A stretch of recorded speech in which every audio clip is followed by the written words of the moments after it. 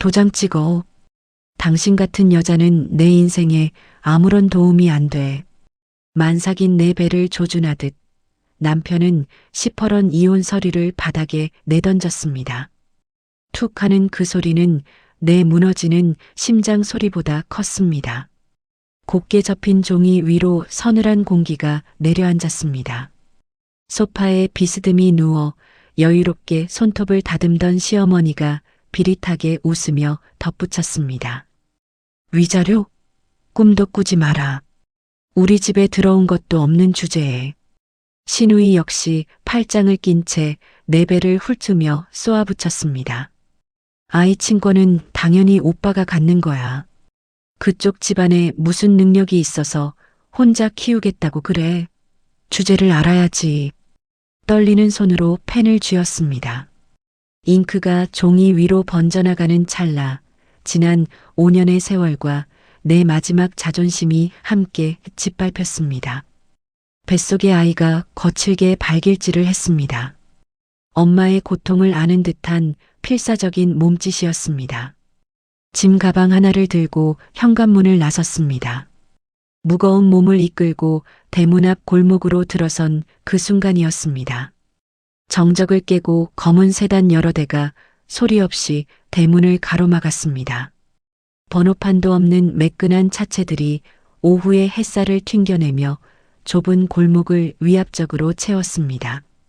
가장 앞선 차에서 정장을 입은 중년의 남자가 내렸습니다.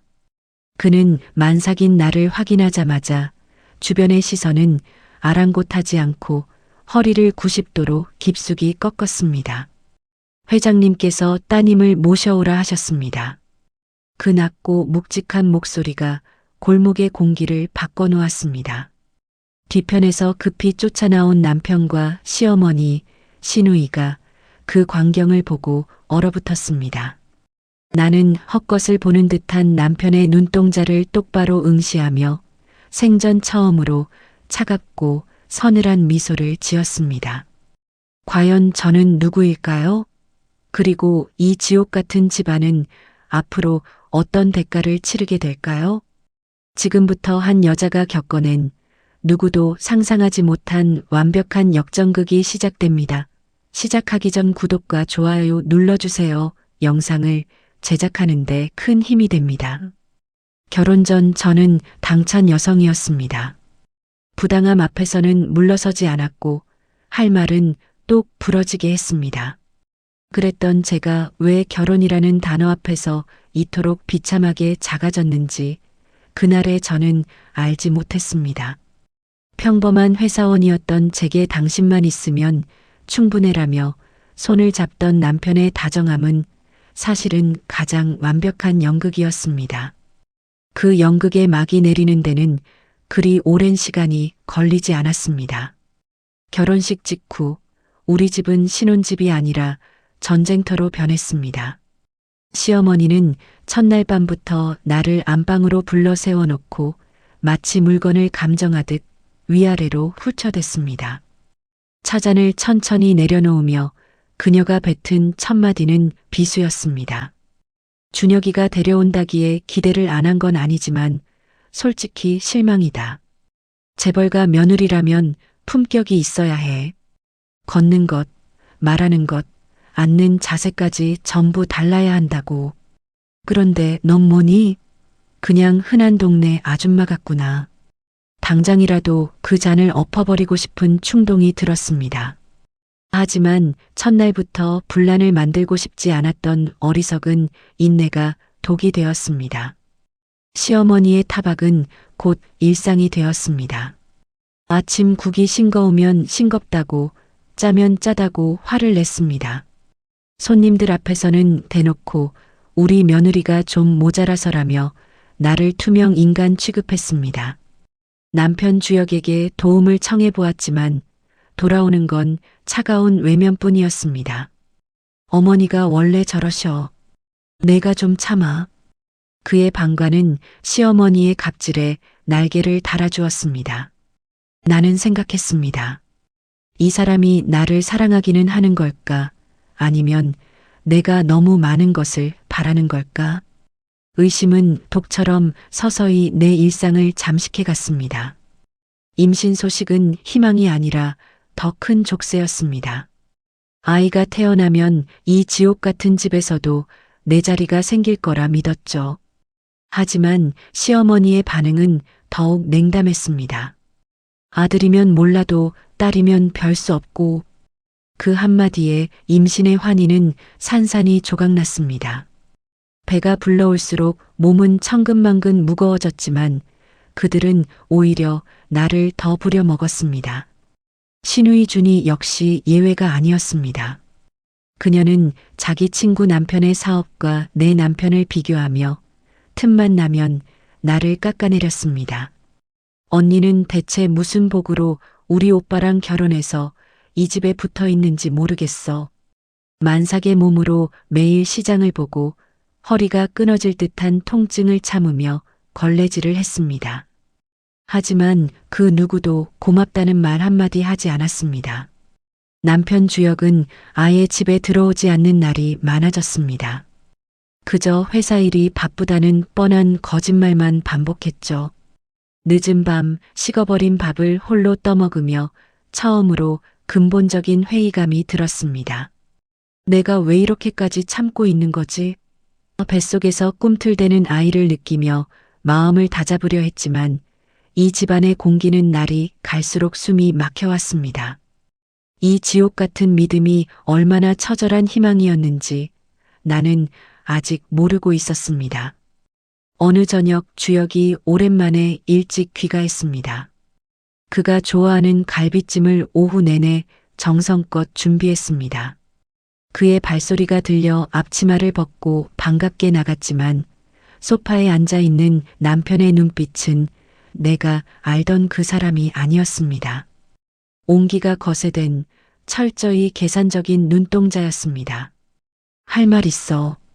직감했습니다. 살얼음판 같던 우리 부부 생활이 드디어 깨지는 소리라는 것을요. 주혁은 테이블 위에 서류 한 장을 툭 던졌습니다. 봉투조차 없는 이혼 합의서. 귓속에서 윙하는 이명이 들렸습니다. 주방에서 흘러나오는 갈비찜의 달콤한 냄새가 소름 끼치도록 역겨웠습니다. 이혼하자. 5년의 세월, 내 청춘과 헌신에 대한 대답이 고작 3글자라니. 뱃속의 아이가 거세게 발길질을 했습니다. 주혁은 서류를 손가락 끝으로 밀어내며 덧붙였습니다. 천천히 읽어봐. 조건은 내가 최대한 맞춰준 거니까. 최대한 맞춰줬다는 그 말이 오히려 칼날처럼 가슴을 후벼 팠습니다. 배려하는 척 포장된 그 문장 속에서 저는 이미 사랑하는 아내가 아닌 빨리 치워버려야 할 장애물에 불과했습니다. 떨리는 손으로 서류를 집어들며 물었습니다. 이유가 뭐예요? 적어도 이유는 알아야겠어요. 주혁은 잠시 망설이다가 차갑게 고개를 들었습니다. 당신 같은 여자는 내 인생에 아무런 도움이 안 돼. 그 한마디가 내 심장을 관통했습니다. 3년 동안 시어머니의 온갖 수발을 들고 남편의 회사 걱정으로 밤을 지새웠던 날들이 모조리 부정당하는 순간이었습니다. 아이는요? 아이까지 버릴 건가요? 배를 감싸 쥐고 묻는 내 목소리가 참담하게 갈라졌습니다. 그때 안방 문이 열리며 시어머니가 등장했습니다. 그녀의 표정은 이미 이 시나리오를 다 알고 있었다는 듯 여유로웠습니다. 서윤아, 어른들의 일은 어른들끼리 해결하는 거야. 이상하게 굴지 말고 빨리 도장이나 찍어라. 뒤이어 신우이 준이까지 팔짱을 낀 채 나타나 거들었습니다. 아이 친권은 당연히 우리 오빠 거야. 그쪽 집안에 무슨 능력이 있어서 혼자 키워. 주제 파악 좀 해. 내 뱃속에서 자라고 있는 내 아이인데 그들은 아이를 자기들 마음대로 소유하고 처분할 수 있는 물건 취급했습니다. 온몸이 떨렸지만 이 집에서 제가 할 수 있는 저항은 없었습니다. 사방이 적으로 둘러싸인 이 지옥에서 나는 홀로 벼랑 끝에 서 있었습니다. 이제 모든 것이 끝났다는 절망이 뼛속까지 스며들었습니다.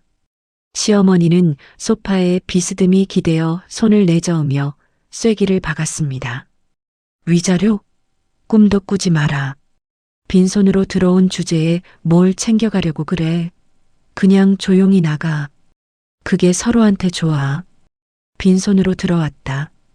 그 말 앞에서 허탈한 웃음이 터져 나왔습니다. 지난 3년 반 동안 새벽 오시면 일어나 된장국을 끓이고 명절마다 녹초가 되도록 전을 부치던 내 손을 내려다보았습니다. 남편이 며칠씩 집에 들어오지 않아도 불도 끄지 못한 채 기다리던 수많은 밤들. 그 모든 헌신이 이들에게는 단지 수수료 없는 노동에 불과했다는 사실이 사무치게 억울했습니다. 하지만 울지는 않았습니다. 이 비정한 사람들 앞에서 눈물을 보이는 것은 곧 완벽한 패배를 의미했으니까요. 남편 주혁은 테이블 위에 볼펜을 내려놓으며 차갑게 재촉했습니다. 오래 끌지 말자. 나도 다음 계획이 있거든. 다음 계획. 그 말의 의미를 나는 그 순간 직감했습니다. 이미 다른 여자가 있고 내 자리를 차지할 그 누군가를 위해 이혼을 서두르고 있었다는 것을요. 그는 나를 내치는 것이 아니라 자신의 완벽한 인생을 위해 걸림돌을 치우고 있었던 겁니다. 눈물이 나오려다 멈췄습니다. 이 비정한 사람들 앞에서만큼은 절대 무너지지 않겠다고 이를 악물었습니다. 내 손은 어느새 볼펜을 집어들고 있었습니다. 이혼 합의서라는 글자가 눈앞에서 흔들렸습니다. 도장을 찍는 칸 옆에는 내 이름이 이미 선명하게 인쇄되어 있었습니다. 나는 이 자리에 앉아 이혼 서류에 도장을 찍기 위해 그들이 짜놓은 시나리오대로 움직여준 꼭두각시였습니다. 떨리는 손으로 인주를 눌렀습니다. 도장이 서류에 닿는 순간 기묘할 정도로 고요함이 찾아왔습니다. 분노도 슬픔도 아니었습니다. 그저 지난 5년의 세월이 잉크처럼 검게 번지다가 종이 위에서 사라져버리는 기분이었습니다. 주혁은 서류를 챙겨 들고는 뒤도 돌아보지 않고 일어섰습니다. 시어머니는 잘 생각했다며 흡족한 표정을 지었고 시누이 준이는 이미 휴대폰 화면에 정신이 팔려 있었습니다. 나는 홀로 식탁 앞에 남겨졌습니다. 식탁 위에는 식어버린 갈비찜이 비릿한 냄새를 풍기고 있었습니다. 아무도 젓가락을 대지 않은 그 정성 어린 음식처럼 나의 지난 시간도 철저히 버려졌습니다. 캐리어 하나, 작은 가방 하나. 3년 반의 결혼 생활은 고작 이 정도 부피였습니다. 현관문을 열고 나서는 순간 나는 뒤를 돌아보지 않았습니다. 이 지옥을 벗어나는 발걸음만큼은 누구보다 가벼워야 했으니까요. 나는 그렇게 만삭의 몸으로 세상이라는 더 큰 전쟁터 속으로 당당히 걸어나갔습니다. 대문방 내 앞에 펼쳐진 풍경은 완전히 다른 세상이었습니다.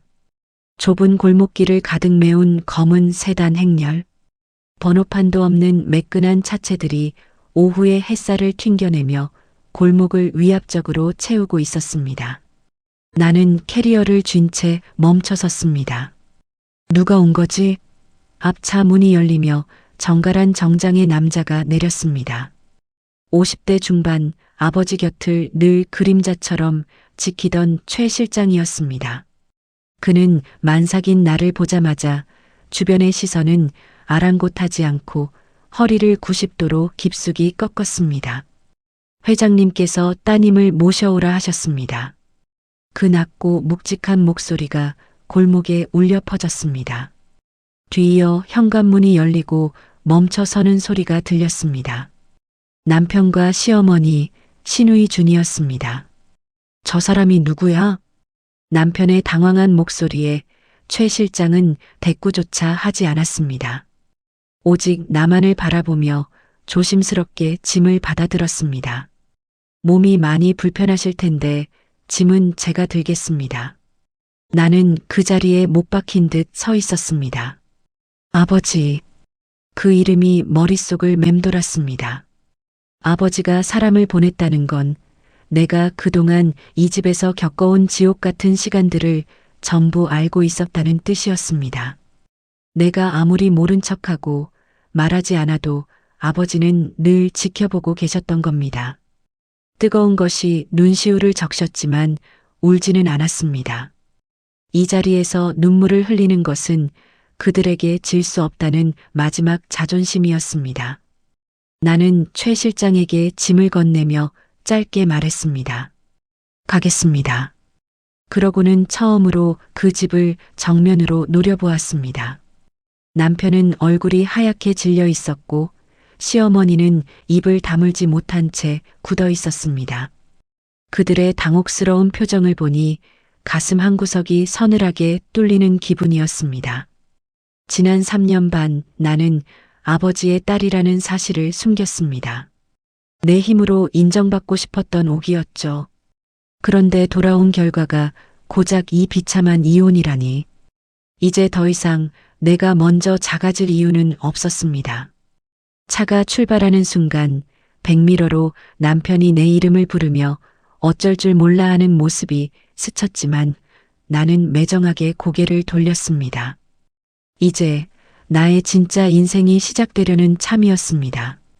아버지의 집으로 가는 길, 창밖의 평범한 풍경들이 마치 다른 나라처럼 낯설게 느껴졌습니다. 나는 배를 쓸어내리며 아이에게 속삭였습니다. 조금만 기다려. 이제 엄마가 제대로 살아볼게. 아이는 조용히 발길질로 화답했습니다. 목적지에 도착하니 아버지가 집무실 문 앞을 지키고 계셨습니다. 70대의 나이에도 꼿꼿한 기운을 뿜어내는 김성훈 회장. 세상에선 산업의 판도를 뒤흔드는 냉혈한이라 불리지만 내게는 늘 그리운 아버지였습니다. 아버지는 나를 보자마자 묵묵히 내 만삭배를 내려다보셨습니다. 많이 고생했다. 그 단 네 글자에 참아왔던 모든 서러움이 무너졌습니다. 나는 아버지의 품에 얼굴을 묻고 아이처럼 울음을 터뜨렸습니다. 3년 반의 모욕, 비참했던 식탁 앞에서의 고요함까지 모두 쏟아냈습니다. 아버지는 말없이 내 등을 다독여 주셨습니다. 한참을 울고 나서야 나는 얼굴을 들었습니다. 아버지는 단호하고 따뜻한 눈빛으로 말씀하셨습니다. 그래, 이제부터는 내 이름으로 살아라. 그것이 내 인생 제임악의 선전포고였습니다. 아버지의 집에서 며칠이 지났습니다. 몸은 편안했지만 밤마다 잠이 오지 않았습니다. 내가 잘하고 있는 걸까? 아이는 어떻게 자라게 될까? 수많은 고민이 머릿속을 헤집었습니다. 나흘째 되던 날 아침 핸드폰이 울렸습니다. 주혁이었습니다. 5년의 습관처럼 손이 먼저 움직여 전화를 받았습니다. 전화기 너머의 목소리는 며칠 전 그 건조한 음성이 아니었습니다. 무언가 긁힌 듯 헐겁게 풀려 있었습니다. 할 말 있어. 들어와. 다시 얘기하자. 이미 도장 찍었잖아요. 그래도 일단 와서 얘기 좀 해. 나도 좀 급하게 생각했던 것 같고, 급하게 생각했다는 변명은 가소로웠습니다. 그건 사과가 아니라 상황이 유리하게 바뀌었음을 눈치챈 비겁한 계산이었습니다. 나는 짧게 대답했습니다. 지금은 몸이 안 좋아서요. 나는 전화를 끊어버렸습니다.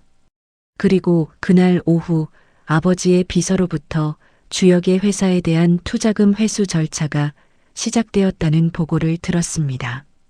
아버지는 제게 말씀하지 않으셨지만 내가 그 지옥에서 나온 그날부터 이미 조용히 움직이고 계셨던 겁니다. 나는 그 사실을 알면서도 모른 척했습니다. 이제 나는 더 이상 그들의 세상에 휘둘리는 꼭두각시가 아니니까요. 진짜 복수는 소리 없이 시작되었습니다. 주혁의 전화는 끈질기게 이어졌습니다. 처음엔 다시 얘기하자로 시작하더니 점차 회사 상황이 이상하다는 비명으로 결국엔 내 아버지가 무언가 알고 계신 거냐는 공포 섞인 질문으로 바뀌어 갔습니다. 그의 몰락이 눈앞에 보였습니다. 그러던 어느 날 이번엔 시어머니에게서 전화가 왔습니다. 목소리는 3년 전과는 딴판이었습니다. 며느리를 부르는 날 선 목소리가 아니라 마치 잃어버린 친구를 찾듯 살살 녹아드는 가식적인 말투였습니다. 서윤아, 몸은 좀 어떠니? 산딸이 얼마 안 남았을 텐데. 3년 반 동안 내 안부 따위는 안중에도 없던 사람이었습니다. 그 변화가 오히려 역겨웠습니다. 괜찮습니다. 그래도 혼자 있으면 안 되지. 여기로 들어오렴. 내가 잘 챙겨줄게. 아이 낳고 나면 다 잊어버리고 새로 시작하자꾸나. 다 잊어버리고. 그 말 속에 담긴 모순이 기가 찼습니다. 도움 안 된다고 내쳤던 말, 위자료는 꿈도 꾸지 말라던 독설, 아이의 친권은 당연히 아들 것이라던 오만함. 이 모든 것을 내가 잊어버리면 다시 며느리 노릇을 해주길 바라는 겁니다. 이 사람들은 내가 왜 집을 나왔는지 아직도 모르는 겁니다. 내가 아버지가 김성훈 회장이라서가 아니라 존중받아야 할 한 사람의 인간이기 때문에 나왔다는 사실을 말입니다. 어머님, 저 지금 좀 쉬어야 할 것 같습니다. 나는 미련 없이 전화를 끊었습니다. 그 뒤로 신우이 준이에게서도 문자가 왔습니다. 언니, 그날 제가 너무 심했죠? 오빠도 반성하고 있으니 한 번만 봐주세요. 평생 야라고 부르던 아이가 처음으로 쓴 언니라는 호칭에 헛웃음이 나왔습니다. 일주일쯤 지난 저녁 주혁이 직접 찾아왔습니다. 수염이 덥수룩하고 양복은 구겨진 채였죠. 나는 그를 경비실에서 호출해 로비로 내려갔습니다. 서윤아, 솔직히 물어볼게. 너네 아버지가 진짜 김성훈 회장이야? 그 질문이 나오는 순간 내 안에 마지막 미련조차 증발했습니다. 그는 반성이나 그리움이 아니라 자신의 운명을 확인하러 온 것이었습니다. 5년이 지나도 변하지 않는 그 추악함. 주혁 씨, 나는 차분하게 말을 끊었습니다. 저한테 확인할 이유가 없어요. 이미 도장 찍었잖아요. 아이 문제라면 변호사를 통해 연락하세요. 나는 뒤도 돌아보지 않고 돌아섰습니다. 그가 등 뒤에서 절규하듯 내 이름을 불렀지만 엘리베이터 문이 닫히는 순간 나는 처음으로 평온한 숨을 내쉬었습니다. 그는 끝내 묻지 않았습니다. 내가 어디 아프지는 않은지, 아이는 잘 있는지. 그가 묻지 않았기에 나는 죄책감 없이 내 행복을 향해 걸을 수 있었습니다. 아이는 예정일보다 열흘 일찍 세상에 나왔습니다. 진통이 시작되었을 때 아버지는 이미 분만실 밖을 지키고 계셨습니다. 갓 태어난 아이의 힘찬 울음소리가 분만실을 가득 채우는 순간 나는 억눌러왔던 모든 서러움을 쏟아냈습니다. 아버지는 유리창 너머 아이를 보며 떨리는 목소리로 말씀하셨습니다. 이름은 내가 지어라. 서아예요. 이서아. 아이를 낳고 한 달 나는 아버지를 통해 세상 밖으로 나갈 준비를 마쳤습니다. 이제 숨어 지내는 엄마가 아니라 제 이름으로 당당히 서는 엄마의 모습을 아이에게 보여주고 싶었습니다. 그것이 내가 세상 밖으로 나가는 진짜 이유였습니다. 그해 가을 나는 아버지와 함께 그룹 창립 기념 행사에 공식적으로 모습을 드러냈습니다. 호텔홀을 가득 메운 정재계 인사들, 쏟아지는 플래시 세례. 나는 아버지의 오른편에 섰습니다. 오랫동안 비어있던 그 자리에 서자 비로소 내 인생의 주인이 바뀐 것이 실감났습니다. 다음 날 아침 경제면 헤드라인은 온통 내 이름으로 도배되었습니다. 김성훈 회장 외동딸, 이서윤 공식 등장. 사진 속 나는 담담하게 앞을 바라보고 있었습니다. 그와 동시에 언론은 주역건설의 비리를 파헤치기 시작했습니다. 3년 전 주역건설이 부도 위기에서 살아남을 수 있었던 이유, 그 비공식 자금의 출처가 김성훈 그룹 계열 펀드였다는 사실이 대서특필되었습니다. 주혁이 밤마다 서재에서 나오지 못하며 괴로워할 때 나는 아무것도 모르는 척 도시락을 챙겨주고 몰래 아버지께 간곡히 부탁드렸던 그 시간들. 아버지는 말없이 주혁의 회사를 살려주셨고 주혁은 그 은혜를 자신의 능력이라 착각하며 오만해졌습니다. 무시당했던 나의 도시락, 밤샘 간호, 그가 귀찮아했던 나의 조언들이 사실은 그를 살린 생명줄이었다는 진실이 세상에 드러났습니다. 나는 그 기사를 읽으면서도 아무 감흥이 없었습니다. 그저 씁쓸할 뿐이었죠. 왜 그는 한 번도 고맙다는 말을 하지 못했을까? 그 질문 하나가 지난 5년의 배신을 증명하고 있었습니다. 이제 그 대가를 치를 시간이었습니다.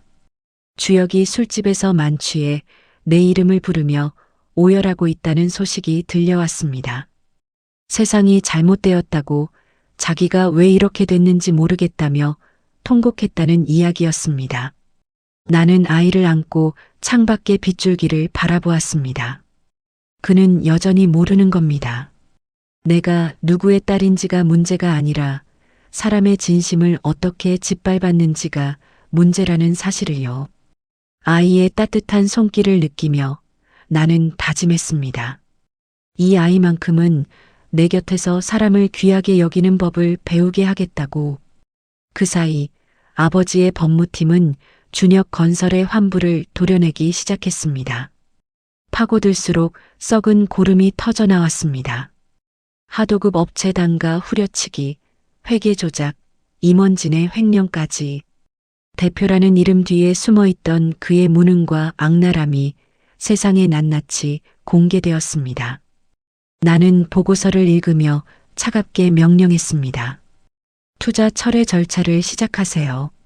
나의 한마디는 시장에 즉각적인 파장을 일으켰습니다.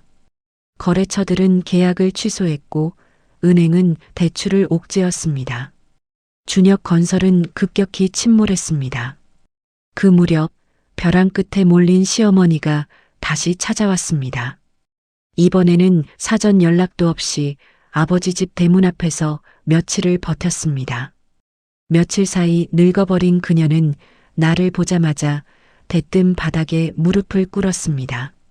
서윤아, 제발 내가 잘못했다. 서아만큼은 할머니가 볼 수 있게 해주렴. 무릎을 꿇은 그녀의 모습은 과거의 오만함과는 거리가 멀었습니다. 나는 그녀를 내려다보며 감정 없는 눈으로 말했습니다. 어머님, 일어나세요. 나는 흔들림 없는 낮은 목소리로 쐐기를 박았습니다. 서아는 제 딸입니다. 아이의 미래는 서아가 자라면서 스스로 결정할 일이지 어머님이 관여할 문제가 아니에요. 그리고 어머님이 제게 하셨던 말들 기억하시죠? 들어온 것도 없으니 위자료도 꿈꾸지 말라던 그 말들. 그 말들이 지금의 저를 만든 겁니다. 그녀의 눈에서 떨어지는 눈물은 더 이상 나를 흔들 수 없었습니다. 나는 그녀를 뒤로하고 엘리베이터에 몸을 실었습니다. 서아가 나중에 이 일을 어떻게 이해할지는 알 수 없습니다. 다만 엄마가 굴복하지 않고 끝까지 자신을 지켜내는 모습을 보여주었다는 것만으로도 이것은 나의 승리였습니다. 이제 복수는 소리 없이 하지만 완벽하게 완성되고 있었습니다. 준혁 건설의 몰락은 순식간이었습니다. 주주총회에서의 해임, 대표직 사임 소식은 경제뉴스 하단에 짧게 실렸습니다. 아버지의 후광이라 믿었던 그의 성취가 한순간에 모래성처럼 허물어지는 것을 보며 나는 깨달았습니다. 애초에 내 것이 아니었던 것은 결국 제자리를 찾아간다는 사실을요. 그와 동시에 그의 곁을 지키던 여자마저 떠났다는 소식이 들려왔습니다. 그의 통장이 비어가자마자 매정하게 등을 돌린 연인이었습니다. 평소 그가 자랑하던 인맥들도 썰물처럼 빠져나갔습니다. 그가 이렇게 될 줄 몰라서가 아니라 이렇게 될 때까지 스스로를 망가뜨리는 길을 택했다는 사실이 그저 씁쓸할 뿐이었습니다. 어느 비 오는 저녁, 흠뻑 젖은 채 대문 앞에 서 있는 주역과 마주했습니다. 5년 전 오만하게 이혼 서류를 내밀던 그 남자는 없었습니다. 쉰 목소리로 나 어떡하면 돼? 라며 비굴하게 길을 묻는 낯선 남자만 있을 뿐이었죠. 나는 우산을 건네주고는 미련 없이 등을 돌렸습니다. 흉터가 된 관계 앞에서 미안하다는 말은 공허한 울림일 뿐이니까요. 봄이 왔습니다. 서아가 첫걸음말을 떼던 그날처럼 세상은 유독 따뜻했습니다. 나는 서아 재단을 설립했습니다. 회장 딸이 아닌 엄마 이서윤이 만드는 세상. 홀로 아이를 키우는 엄마들을 위한 지원 프로그램은 내 인생의 새로운 목표가 되었습니다. 인터뷰 막바지 기자가 물었습니다. 지난 시간을 돌아보면 어떤 생각이 드세요? 나는 웃으며 답했습니다. 복수는 내가 하는 게 아니었습니다. 내가 제자리로 돌아오니 세상이 스스로 제자리를 찾아갔을 뿐이죠. 그리고 그 지옥 같던 시간 덕분에 지금의 내가 있는 거라 생각해요. 행사장 밖에서 멀찍이 나를 바라보는 주역의 그림자를 보았습니다. 하지만 나는 서아의 손을 더 꽉 쥐고 똑바로 걸어 나갔습니다. 더 이상 뒤를 돌아볼 이유가 없었습니다. 베란다에 기대어 도시의 불빛을 바라봅니다. 32살 비참하게 시작되었던 내 결혼은 이렇게 막을 내렸습니다.